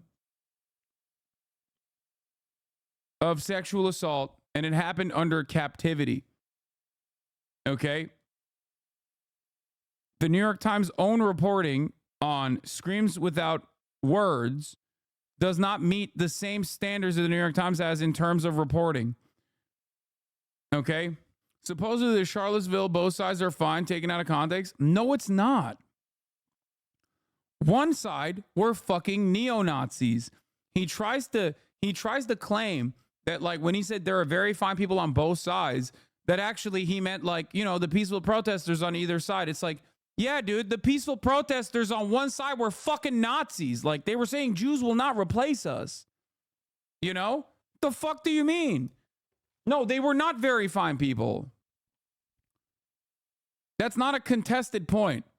The only point that is contested that Kamala Harris used in terms of like her line of attack against Donald Trump that they didn't like fact check or kind of let her get away with was when she said, you said it was going to be a bloodbath. That's the only thing that she said that actually was taken out of context. Donald Trump was obviously using embellished language, but he wasn't talking about like fucking actual violence. He was talking about how the economy is going to be fucking destroyed. Or, yeah, it's just, like, that's it. And even then, that still tracks with everything else that he said that is incredibly violent. In terms of like the moderation being unfair or the debate was absolutely rigged against Donald Trump, you're fucking delusional, dog. The debate would obviously not be unfair if Donald Trump wasn't regularly fucking lying. What kind of pathetic baboon bullshit is this where it's like, no, you don't understand. You don't understand. I want the debate to not be fact checked. Like, okay, I want my candidate to lie to me. Okay? That's all you're saying in this situation. The debate was 100% rigged against Trump. It was like 3v1 with ABC totally siding with the other candidates. They kept coming at him and the moderators didn't even try to hide their bias. But honestly, Trump still held his ground and came out on top. They thought they could gang up on him, but he handled it like a true gentleman. Dog, if you might be too far gone, you know? You might be too far fucking gone for us to be having a normal conversation with you. If you looked at last night's performance, that even Republicans were like, yeah, that shit sucked. Even Donald Trump himself technically recognizes that it fucking sucked. That's why he's crying about the fucking mods here, okay, on Fox News. You're out of your dang mind. If you think Kamala won that debate, you're just being biased and not paying attention. Let's be real. She didn't have anything solid, and the media was practically cheering her on. Anyone saying she won is either not seeing the clear picture or just being dumb about it. I know, man. Yeah. Is this what Republicans think we sound like? I don't know. Like, I say this as someone who is incredibly critical of Kamala Harris to a degree where liberals get outright mad at me. They get ass mad. They get super fucking pained. Anytime I talk about Kamala Harris, they're like, wow, God forbid you say anything mean about my perfect fucking presidential candidate. Okay. Trump never accepted he lost the debate. You are faking it. Yeah, dude. Look at Donald Trump's conversations after the CNN debate where he cumstered and dumpstered Joe Biden, who failed on his own, really, but still, versus the way he's talking about this debate, you fucking dingus. God, you people are so stupid, man. You people are impossible to fucking reckon with, okay? There is no way I can reason with you. You are delusional. You are living in an alternative reality, dude. You can't see this shit right in front of your fucking eyes. Fuck. Yeah, oh, Donald Trump didn't accept he lost. Yeah, obviously he's not going to be like, yeah, I lost, dumbass. Why the fuck would he say that? That's why you have to look at what he said after CNN, where he objectively destroyed Joe Biden so fucking hard that he had to drop out, okay? Versus this debate, crying about the mods, saying like, I saw a Twitter poll 20 minutes after the debate that said I won, so I guess I won. Like, you're fucking delusional. Yeah, that's a good point, too. Trump won't even accept he lost the fucking election. Bro, if you think that laughing at his points is winning, sure, buddy. His points are made up. No matter how hard you try to believe in your fucking little peanut brain that Haitian migrants are eating cats and dogs, it's not real. It's made up. Okay? Sorry, buddy. You are engaging in collective hysteria. 70% of Trump supporters thought he won. That's 30% thinking he lost. Like, how do you do that badly with your own base? I know. Hold on.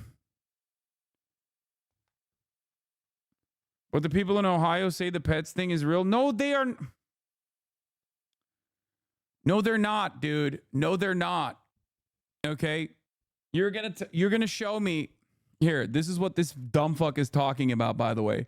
Here, I'm gonna show you this video without context, okay? People in Ohio also say Bigfoot is real. There you go. I guess Bigfoot is real now. We've decided Bigfoot is real because some people in Ohio said it's real. Okay? This is what you're talking about. Let me show you something, okay? I'm just going to show you a video without context. Don't spoil it. And then I'm going to give you additional context after it, okay? Hold on. Here's a video from a Springfield City Commission meeting in Springfield, Ohio. Let's take a look. I was at the head of the anti-Haitian immigration march earlier this month. I'm sure the Honorable Mr. Rob Rue recognizes me, considering he supposedly knew of our action before we even arrived. He's a literal Nazi. He marched with swastikas. First of all... Okay, she's spoiling it. Yeah, he is a literal Nazi. This man is a literal Nazi. So people can say whatever the fuck they want. You have to still look at the facts. Because if your pet was stolen, for example, the first thing you probably would do if your pet was stolen by a Haitian migrant would be to call the cops. So if the law enforcement officers in the state of Ohio, in Springfield specifically, are not saying that there's people reporting that their pets are being stolen and eaten by Haitian migrants, then yeah, I don't think I'm going to fucking listen to this Nazi dickhead who is a literal out and about Nazi, okay? Paul, I would like to dispel the myth that you knew of our march and intentionally had no reaction or made no forewarning about it as. So one Nazi scum in Ohio means that you can't trust all people from Ohio? You think everyone in Ohio is saying that Haitians are stealing their pets and eating them? Okay, let's look at another guy that has said that people are stealing the pets in Ohio, cats and dogs in Ohio, because he's not the only one, right? You said people in Ohio are saying this. Well, let's look at another wonderful, wonderful guy, okay? Here, Benny Johnson posted about it from our favorite Tyler Oliveira. Don't wave at me, you sorry sand monkey. There was Haitians in a white van driving around the neighborhoods, collecting cats, skinning them, and eating them. In my opinion, they're worthless. Bunch of worthless sand monkeys. Do we think these guys are credible? Or do we think that they might have, I don't know, another vested interest in fabricating this fucking story? Find him someone from Ohio that denies it to blow his mind. Why do conservatives love fucking AI art so much? It's so weird. Video shows an Ohio woman accused of killing and eating a cat. She's not an immigrant. Yeah. The video of the cops fucking arresting a woman who's like obviously insane was spread on Twitter a couple days prior to the debate. That's what sparked the people, the Haitian migrants in Ohio are eating cats conversation. The woman was not Haitian. She's just black. She's a black woman. Obviously, having a mental health episode. I can't believe that under normal circumstances, if everyone was just like even a little bit more normal, if everyone was like marginally like 3% more normal, this would not be a story. We'd be like, what the fuck are you saying? And move on. And many people do say that, for the record. The majority, the broad majority of Americans look at this and they're like, dude, what the fuck? Come on now. Remember what I talked about. Remember what I talked about in terms of like permissible racism and misogyny. Okay? The smart racists, I know that sounds oxymoronic, recognize the need for dog whistles. Because when you go above a certain point of white supremacist sentiment, you come across as patently unlikable. Okay? You come across as repulsive with your white supremacist takes. Okay? To even other people who are, you know, who also share similar values. You know, white people that fucking lock their doors when they panic when they see a black person walking towards them. That's the type of racism that is like that there's a level of white supremacist sentiment that you can point to for people like that are going to be on board, okay? But even those people are going to be like, "Oh, black people are eating dogs and cats." They're going to be like, "Oh, I don't know about that. That seems a little fucking too much." Do you see what I'm saying? You probably don't, because you're too stupid to recognize this, so it doesn't matter. Okay? Republicans over the past 8 years have collectively deluded themselves into thinking that their positions are actually more popular than they are. This is the reason why they are out and about with their racist sentiment, not realizing that like that kind of messaging comes across as incredibly fucking repulsive to most normies. Anyway, also from Springfield, J.D. Vance used his son's death to spew hate against Haitians. Yeah, I saw that. Politicians, Bernie Moreno, Chip Roy, J.D. Vance, and Donald Trump. They have spoken my son's name and used his death for political gain. This needs to stop now. They can vomit all the hate they want about illegal immigrants, the border crisis, and even untrue claims about fluffy pets being ravaged and eaten by community members. However, they are not allowed, nor have they ever been allowed to mention Aiden Clark from Springfield, Ohio. I will listen to them one more time to hear their apologies.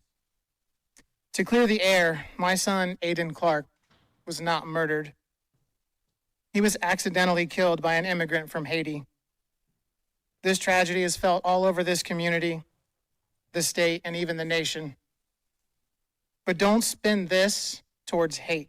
They're so fucking shameless that they caused a grieving parent to come to the fucking Springfield City Commission meeting to speak out against the Republican Party collectively weaponizing his son's death to win fucking racist ass arguments. Did you see Ortega's comments on your Instagram? Goddamn. No. Who's Ortega? Lay it on me? That's not real, dude. There's no fucking way. No, you're insane. No. Hasan, I wanted to know your opinion on something. Do you think you can be friends with someone who doesn't share the same political views as you? Yes, of course. I am friends with a shit ton of people who don't share the same political views as me. Link not sending, but someone here sent it. Yeah, I don't think this is real. I think you've been debated.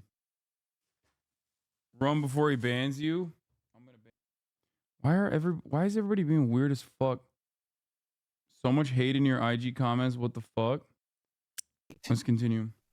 In order to live like Aiden, you need to accept everyone. Choose to shine, make the difference, lead the way, and be the inspiration. What many people in this community and state and nation are doing is the opposite of what you should be doing. Sure, we have our problems here in Springfield and in the U.S., but does Aiden Clark have anything to do with that? Did you know that an 11-year-old boy could be passionate about gardening, that he could haggle for a better price at a yard sale? Did you know that he researched different cultures to better appreciate and understand people that he interacted with? Did you know that one of the worst feelings in the world is to not be able to protect your child? Even worse, we can't even protect his memory when he's gone. Please stop the hate. I said to Aiden that I would try to make a difference in his honor. This is it. Live like Aiden. Thank you. It's crazy.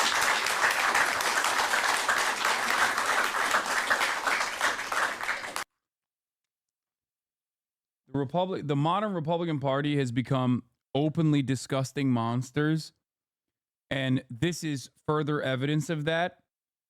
And if we were a normal society, we wouldn't let anybody get away with this shit. Okay? The fact that you have a grieving father, come out and be like, don't speak on my fucking 11-year-old son's death like this. And there were people who literally in this chat even being like, oh, did you see the fucking dad wished that his son was killed by a white man instead of a Haitian migrant? That's what someone said in the chat earlier today. How indecent of a scumbag do you have to be?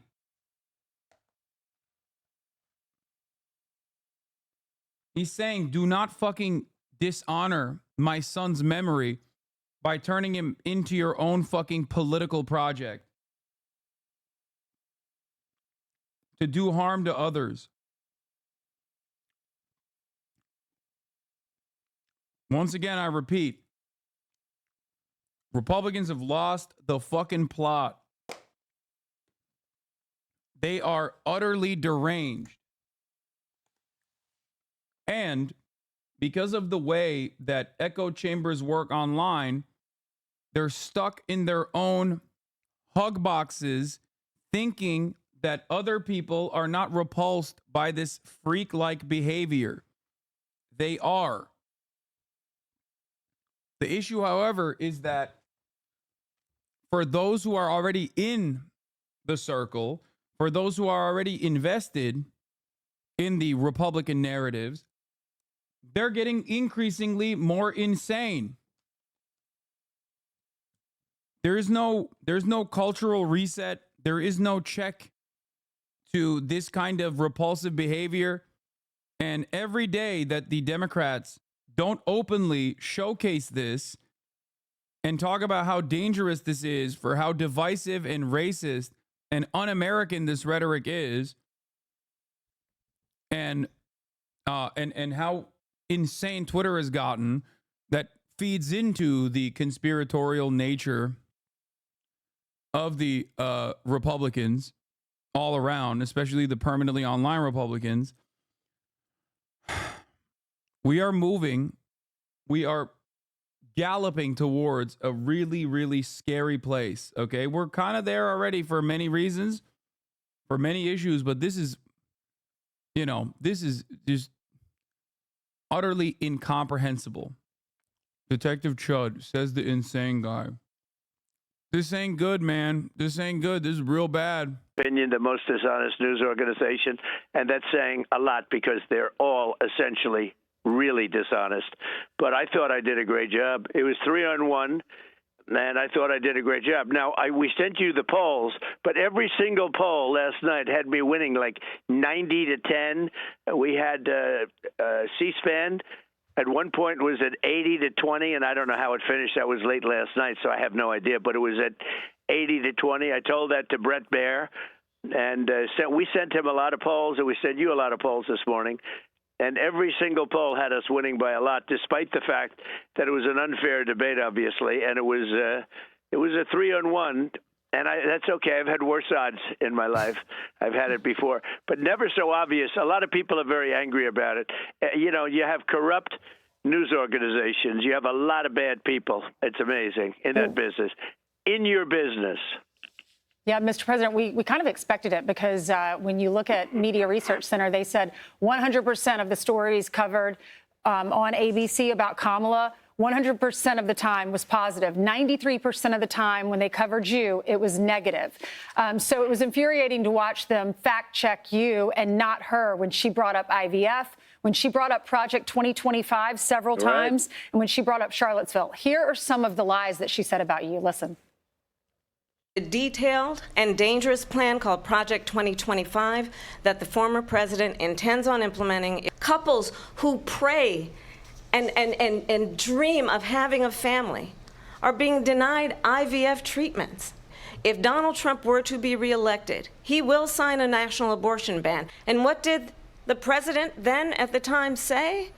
There were fine people on each side. On that day, 140 law enforcement officers were injured, and some died. Donald Trump, the candidate, has said in this election there will be a bloodbath if this and the outcome of this election is not to his liking.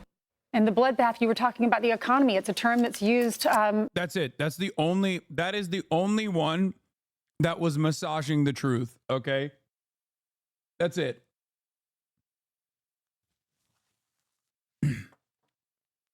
He did use the term bloodbath, but he wasn't talking about like actual violence, even though there are plenty of instances where he has talked about real, actual political violence.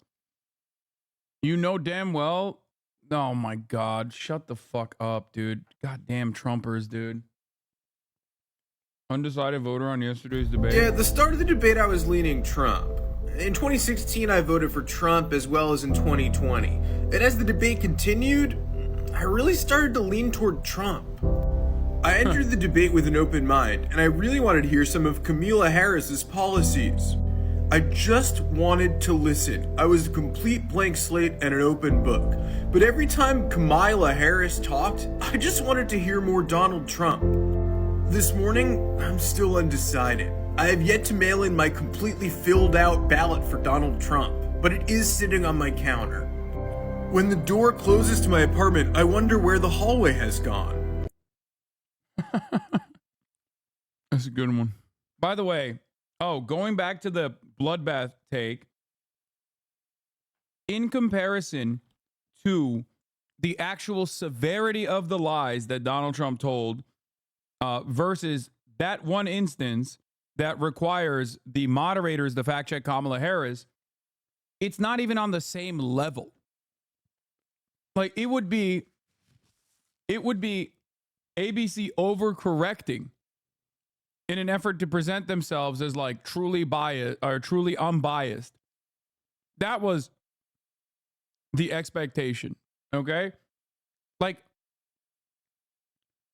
the idea that like if they fact check they're on that front and like making it seem like that, using Donald Trump's words against him in an unfair representation is nowhere near at the same level of just like straight up lying about an entire group of migrants eating fucking cats. Okay? Like that is crazy. Right. Why didn't the moderators correct her? Because they're dishonest, and because I think ABC took a big hit last night. I mean, to be honest, they're a news organization. They have to be licensed to do it. They ought to take away their license for the way they did that. Bloodbath was referring to the economy. Everybody loved the term because as soon as they heard the word, it's sort of a vicious word.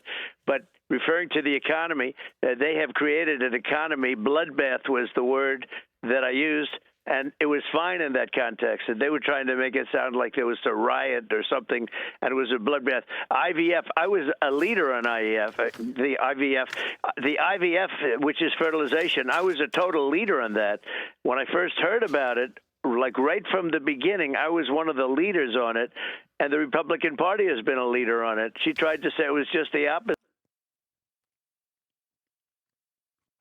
When he first heard about IVF, like this isn't this isn't like a new thing, man. Oh, when I invented IVF actually. The whole thing with abortion, what he said, I mean, it was incredible. I think he corrected me 6 times.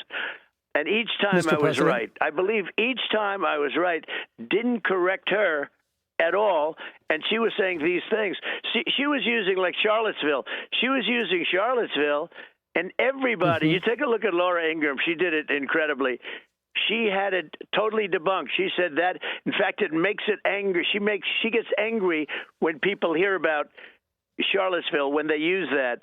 Because what they did is they stopped and they didn't put the following sentence in. And when they put the last sentence in, when it was all put together, what I said was absolutely perfect.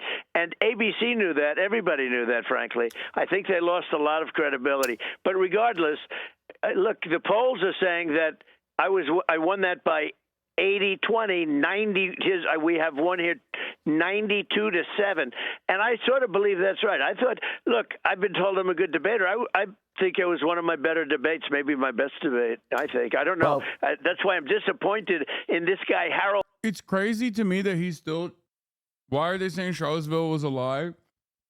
He's trying to claim that he was simply talking about the peaceful protesters on both sides, but the issue is, the peaceful protesters and the not peaceful protesters on one side were literal fucking Nazis who were openly saying Jews will not replace us and shit like that on the fucking streets of Charlottesville. So obviously, when you look at the context of what he was talking about, it's still completely insane. You said that the fucking Nazi protesters were very fine people. Okay? Like, you cannot look at a fucking Klan rally or a neo-Nazi rally and be like, well, there's some cool people there. You can't do that. And then expect people not to go, that's insane. You're putting what you're calling the alt-left and white supremacists on the same moral plane. I'm not putting anybody on a moral plane. What I'm saying is this. You had a group on one side and you had a group on the other, and they came at each other with clubs, and it was vicious, and it was horrible, and it was a horrible thing to watch. But there is another side. There was a group on this side. You can call them the left. You've just called them the left.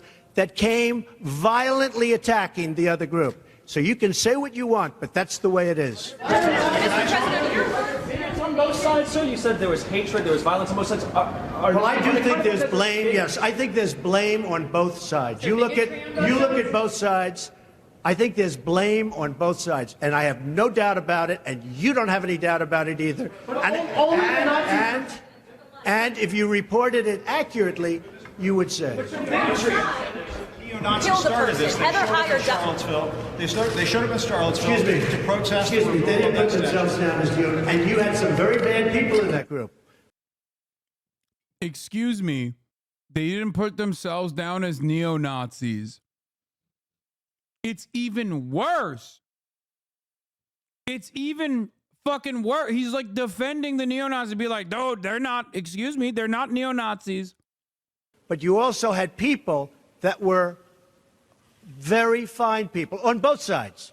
You had people in that group, excuse me, I saw the same pictures as you did. You had people in that group that were there to protest the taking down of, to them, a very, very important statue and the renaming of a park from Robert E. Lee to another name. The context of it makes it worse because it starts off with him defending the neo-Nazis and saying that the real people that started shit were the anti-Nazis. Many of you probably forgot how this shit worked because back then, there was this genuine sentiment. Were you streaming at this point? Yes. There was this genuine fucking sentiment. Oh, I wasn't streaming back then, but I was covering this shit at the Young Turks. Okay. I was not serving 3-minute ad breaks at the top of the hour. I, however, was still covering these stories. Back then, I was still a right-winger. I remember that was the first speech where I got the idea he was on our side. Okay, you were a little bit more than a right-winger then, Chatter. Jesus Christ.